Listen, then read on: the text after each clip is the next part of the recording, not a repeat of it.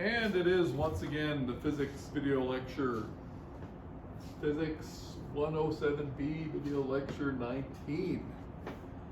So we're working on the potentials, the Lienert-Wiechert potentials of a point particle, and there were a couple of things I had to finish up on that. First of all, I'll just go ahead and write down what our result was. We had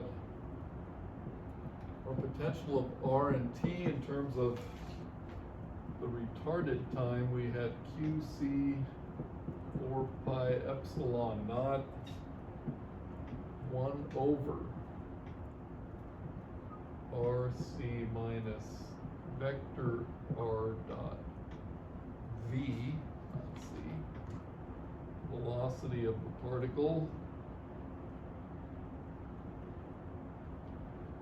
moving point charge, and the vector potential was actually in terms of this right here. So V over C squared times the potential here, R and T, and this velocity is at the retarded time, T sub R. So we had made use of something that I wanted to come back and show. Namely, we had this expression here, the density. So charge density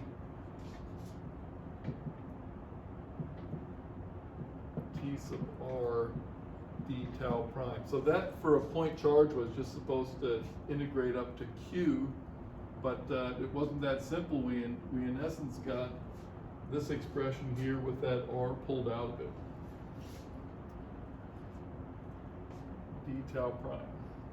So yeah, instead of just getting the charge, as you might expect, we had charge times 1 minus R unit vector dot V divided by C. And when we pulled out a factor of 1 over R, we ended up with this. So let's generate this expression first, and then we'll go on and work on a point charge moving with constant velocity with this thing. The nice formulation here is that once you have the potential, the vector potential is right there. Okay. So this depends on, or this result comes about because the charge density, so the point charge, has to be treated as the limit of an extended charge density. And since things are moving, we now have to be a little careful. Limit of extended charge density. So here's what we're looking at.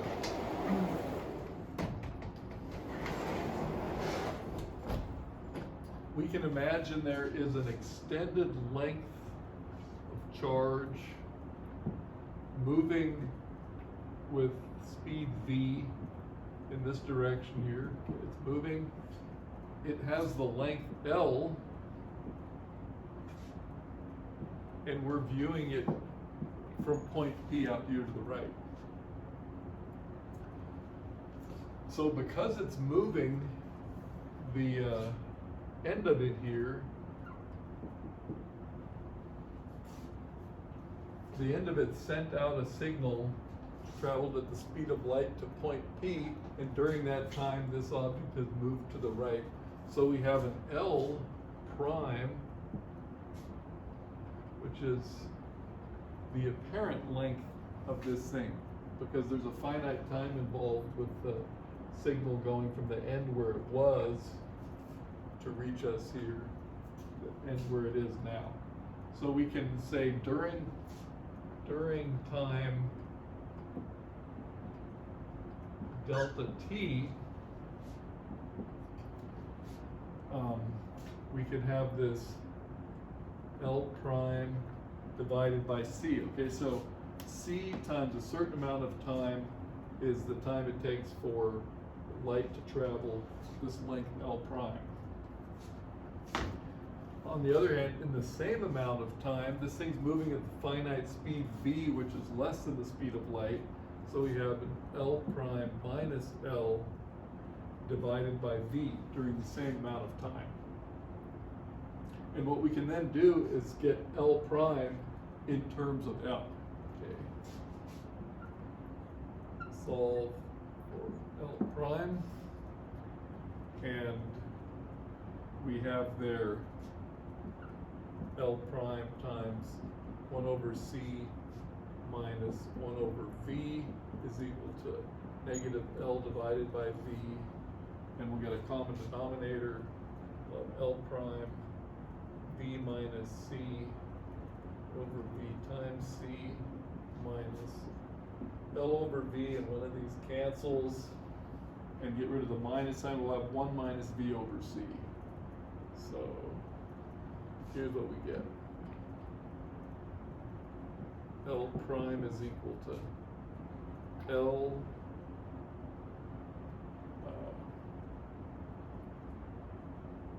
divided by 1 minus v over c. Okay, so there's that if this thing is just traveling straight in the line towards point P. On the other hand, if you're viewing this thing from an angle, I guess we could do that on the same board here. So next, view from an angle. So I'll do this one a little smaller. So we have the same construction here. You know, we've got the L prime and the L moving with the same speed, but this time we're seeing it from over here at some great distance. So we have an angle theta right there, and we have L prime, instead of just L prime, we have L prime over L prime times cos theta. So now this actually should have made this one larger. L prime is replaced by L prime times the cosine of theta. These are parallel because we're at a great distance. Okay, we're at a great distance out here somewhere. So this is really the same result here, except that now we're looking at it at a distance. So we've got the L prime cos theta. I guess I need a little more room.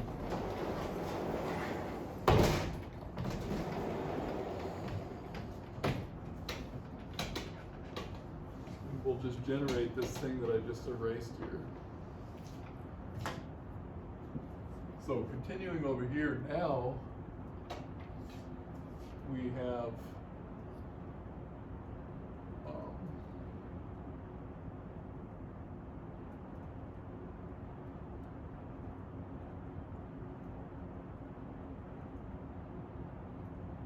cos theta.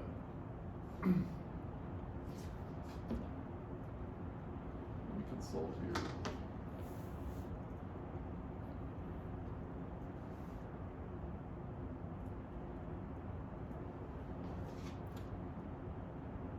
Ah, yes. So delta t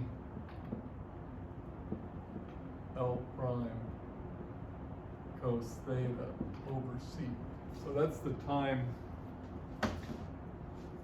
that we were talking about here, the same delta t, now viewing it from an angle. And that means we can write L prime c divided by cos theta, which means we can replace c, which only appears here right there, with c divided by cos theta. So now c replaced by c divided by cos theta. L prime is going to be equal to L 1 minus v cos theta divided by c. And this we can interpret as a scalar product, okay? L1 minus unit vector r hat dot v divided by c.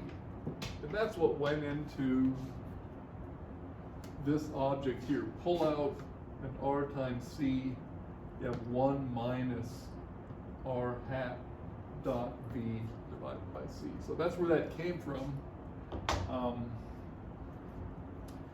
And this effect is really only affecting the direction of travel.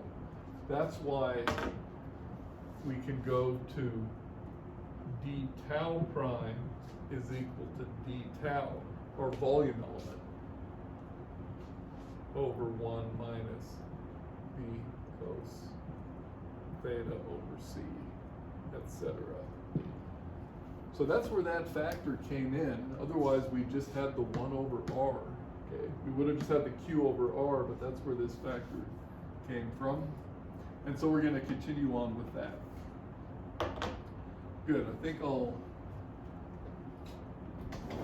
retain this expression here and clear these boards, this board right here. Okay, good. So now we want to talk about the charge moving with point charge, that's what these potentials are for, moving with a constant velocity.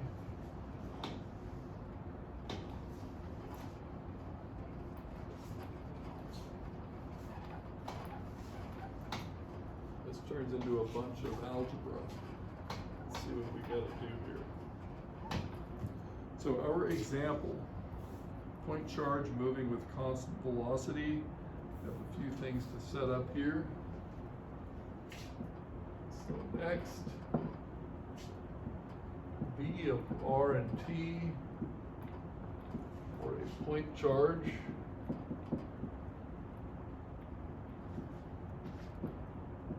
Moving with constant velocity.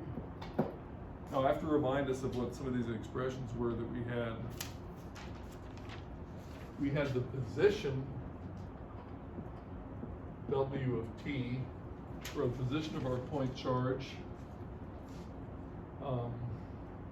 So what we'll do is we'll let that position be at the origin at time equals 0.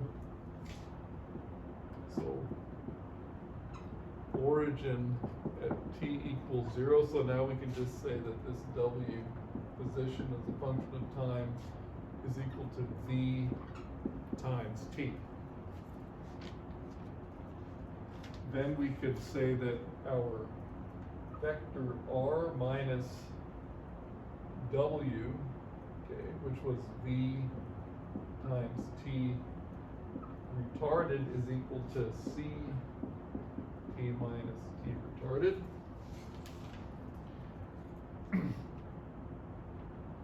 And we're going to use this a couple times.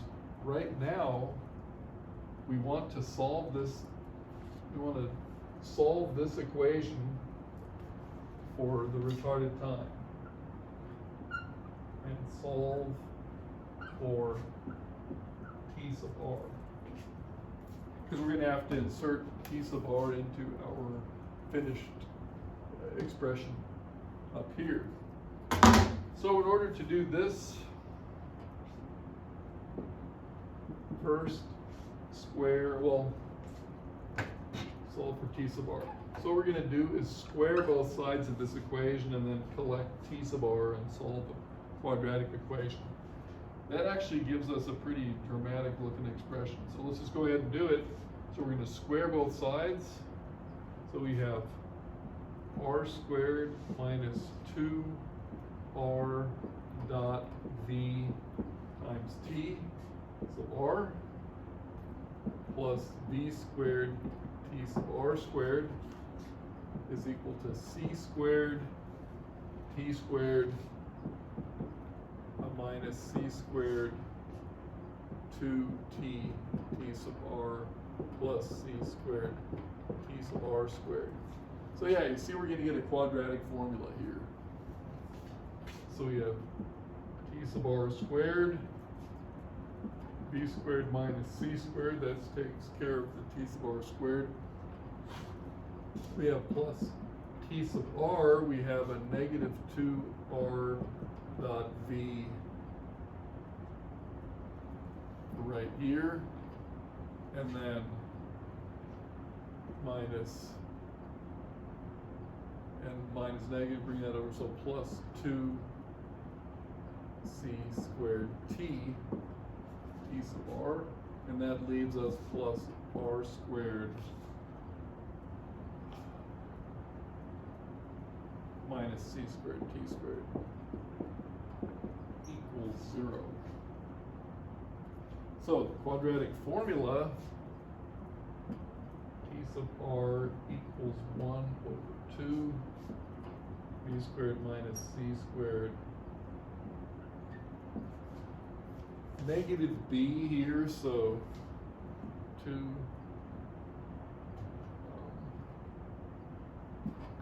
so the negative of this, so 2r dot b minus 2c squared t plus minus the square root of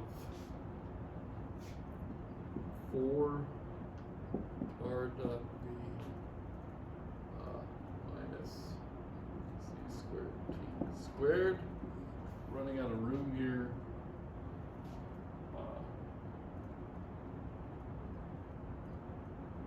Plus 4. We change the sign on that one. C squared minus b squared. R squared minus c squared t squared. Okay.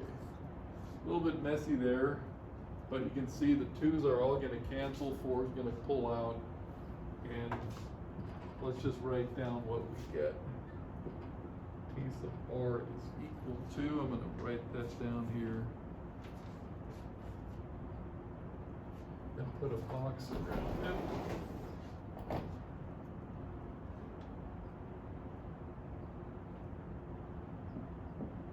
C squared t minus r dot v divided by c squared minus v squared, because speed of light, of course, is the greater than v.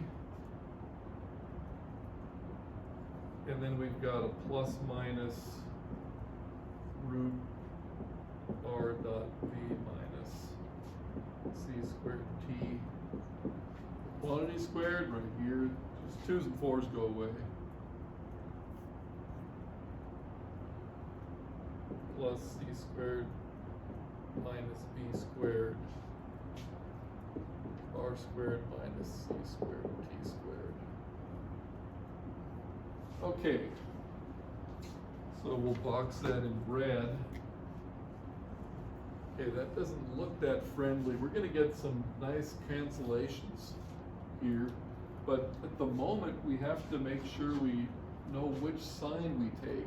And the thing to do is we had an original expression for our retarded time, so that if we plug v equals 0 in, then we'll find, so note v equals 0, then we get t sub r is equal to t, right? This v is going to cancel, so it's going to be t, and we're going to have to take the minus sign, because, you know, we had minus r over c, so it's going to come out when you get rid of all the v's here. V here, c squared, you pull this 1 power, this is an r, and that's all that's going to be left. These are going to cancel, this v goes to 0. So you take the minus sign. Right, you take that minus sign when we finally insert this into our result later on. Okay, so we hold on to that, and let's see what we have now.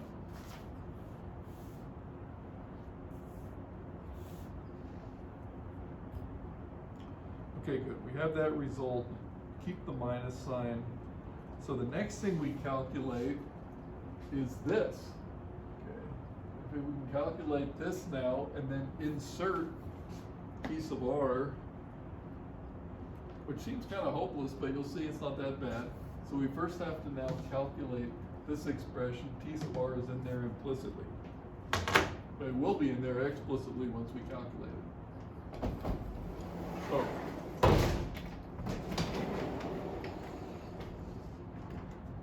I'll leave that up for a moment.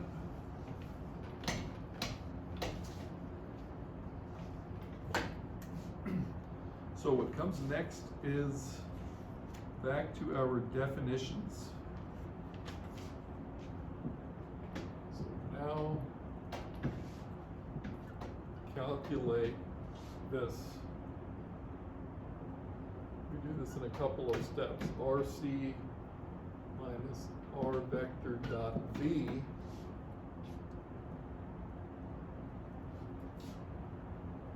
equals this R times C, and then we'll just factor this out. 1 minus R hat dot V over C. So now we have to remind ourselves what these things mean. We had that up there, and we're just going to kind of repeat these expressions. So first of all, kind of make a list on these. R minus W position at the retarded time. And of course that's going to be our V times T. Equals C T minus TR. That's how we built this thing up. So what that means is we have the vector itself here and its magnitude in that form.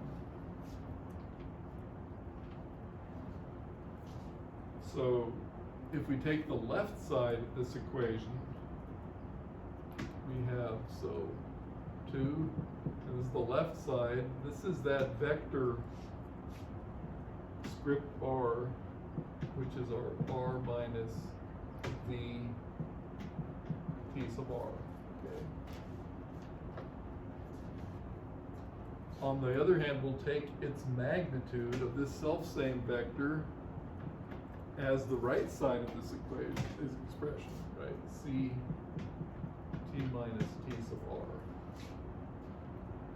Okay. So if we take this divided by this, we have that unit vector right here. See, that's the unit vector, that's the top one here divided by its magnitude. Okay.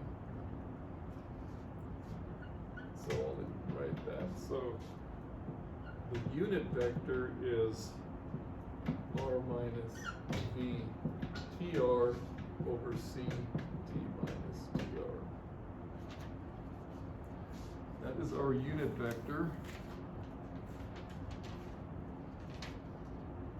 And usually we're going to have to make use of this stuff. I got a little room here.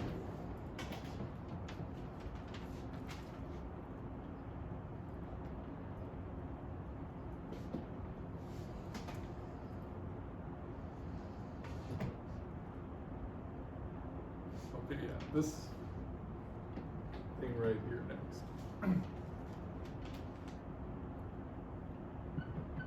3. So putting this together, R1 minus R hat dot V divided by C is equal to the magnitude, T minus TR, 1 minus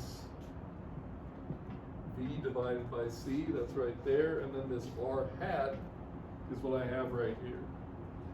So R minus V TR, C T minus TR. So that's the expression that we're now going to simplify with this thing right here.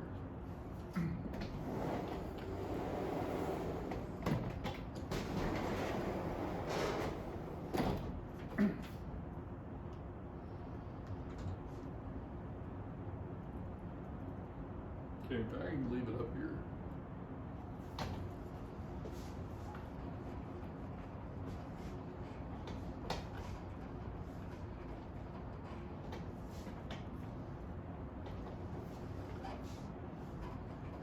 And that minus sign, yeah, we're going to take along the minus sign of this expression right here as well.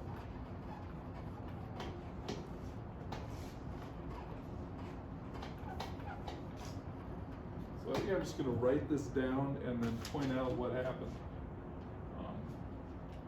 Using the minus sign, here we're going to multiply through. Multiply through, you see that c t minus tr, and then that'll cancel the one in the denominator. We'll get a vector, a scalar product here. This is also a vector, so we'll get two scalar products. And we end up with equals 1 over c squared t minus r dot v minus c squared minus v squared tr.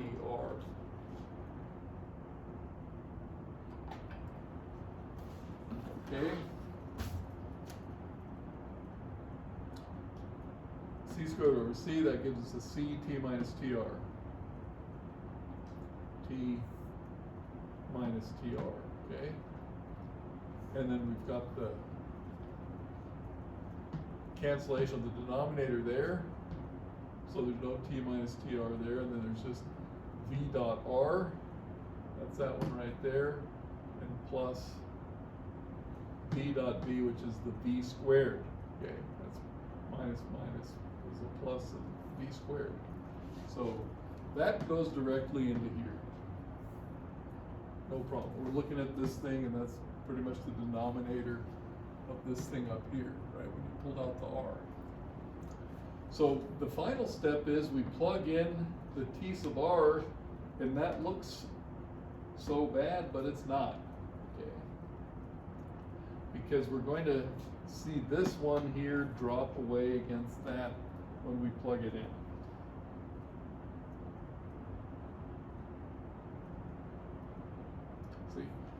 C squared minus v squared, cross multiply that over times t sub r. This one drops away against that one, and we're just left with this part under the radical, you can see pretty clearly. And since we chose the minus sign, we had a minus times minus is plus. So it's actually pretty nice. Let's see how much room I have to write that out. We end up with 1 over c root, guess I'm going to have to write this twice, c squared t minus r dot v plus c squared minus v squared r squared minus c squared t squared. Okay, so we've gotten rid of, and these are vectors. And that being this, I'll write it down one more time in this form up here, because now we'll have, so finally, or now, v of r and t qc over 4 pi epsilon naught, 1 divided by what we just wrote there. All of this just for a point charge moving in a straight line. C squared t r dot v squared c squared minus v squared r squared minus c squared t squared. Okay, there we have it. Now, as always, we want the limiting case. Okay. We want to make sure we obtain the standard case, and the limiting case right here is if the particle is at rest, v equals 0, and we're just at the origin. So check v equals 0. I think we can just stare at this thing. V equals 0, this is gone. We have c squared t, the quantity squared. Here we have c squared, c to the 4th t squared, so that'll go away. this v will also be gone, so we're just going to retain c squared r squared. And we take that out of the square root, we have a c, which cancels this one, and we have an r. So if this really does work, then v is equal to q over 4 pi epsilon naught r. Good. Now there's a homework problem I'm going to assign. I'll start it right here, in which we can get a related expression for this that actually is a little more satisfying and brings some more insight as well. So I'm going to set that up. I'm not quite sure what number it is, but I'll look it up before we go here. Let's see. Yeah. So good. We have this result. Oh, and I should point out, A is v at the retarded time divided by c squared times this. Fine. So implicitly it's there. In the case where v is equal to 0, of course, A is identically equal to 0, and we have no magnetic field. Okay. So that's fine. Good. Let's send this up and set up this little problem. Interesting problem.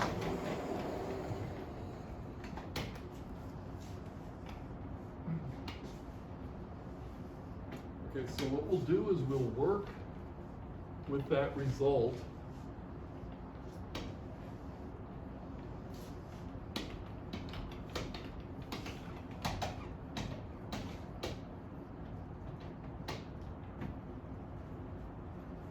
Okay, so homework problem.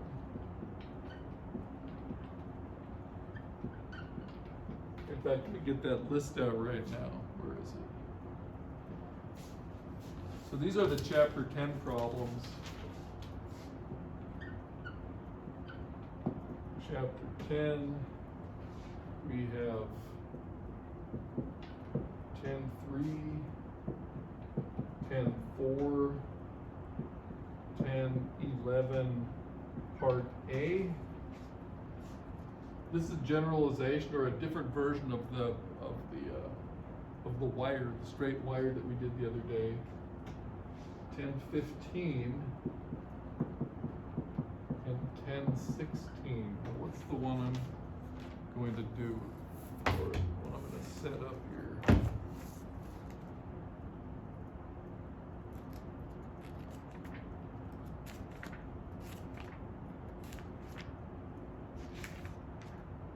Yeah, that would be 10.16.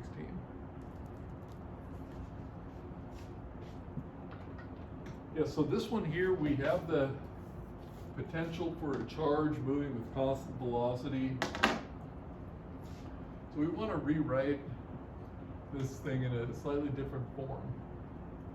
So let's write this charge Q moving with velocity V. Now what we can do is this. Suppose this is the origin. I'm going to use a little room over here. I'll use some room over here. So if this is the origin, and at time equals t, we would be out at this point here, et. Okay, and that point, keep going along this line, and suppose this is, well, I want to make this a little shorter. Okay. So this is v times t, it's the point right there. This here is r. Then we can define the vector that goes to our field point r. Okay, that's r. We'll call this capital R. So this is the vector that goes from where the particle is now at time t to our field, to our point in space r, where we're looking from. Okay, so there's the charge. It started at the origin. It's going along this line here. Okay. So what we have is r plus vt is equal to our r here, or capital R is equal to r minus vt.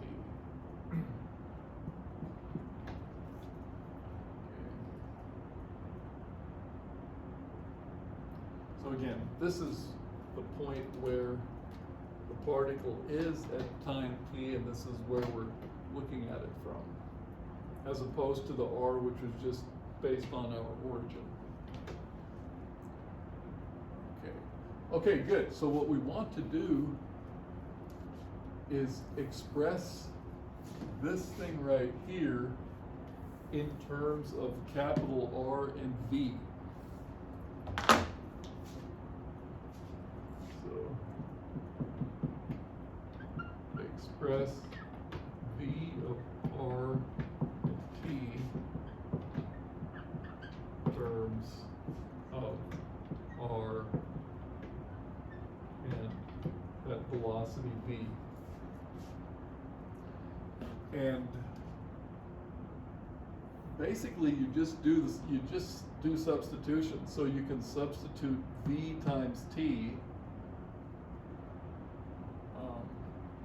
because basically what we're going to end up doing is getting rid of all of the times and the lowercase r. Okay, so you can substitute in this r for this r, and it's squared. You know, you can square it and substitute those in there as well. It's going to be a bit long, but I just did it and it works. And what you obtain is actually a very nice result. You obtain V of R and T is equal to, we've got the Q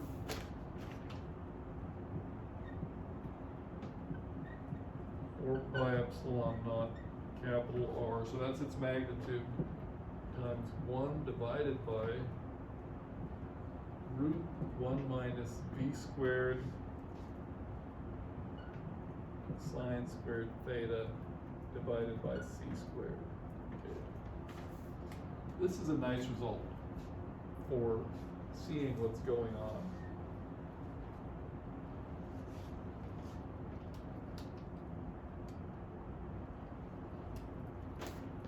Namely,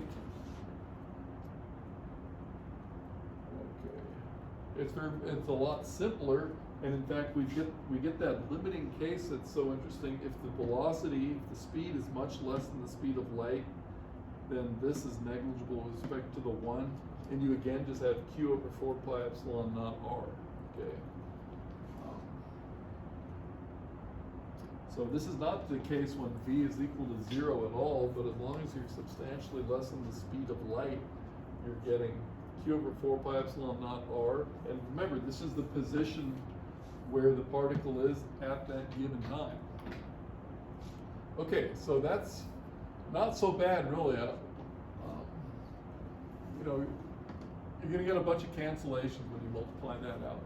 Okay, and you can turn it in. You actually get a R minus minus cosine squared theta, and that's how you turn it in. You know, 1 minus cosine squared theta turns into sine squared theta. Okay, I think I'm going to leave it right there. These other problems are also interesting, and we have a little bit more in this chapter, but I'll probably discuss some of these problems, and then we'll be moving on into the next chapter on radiation. Okay, good. See you guys next time.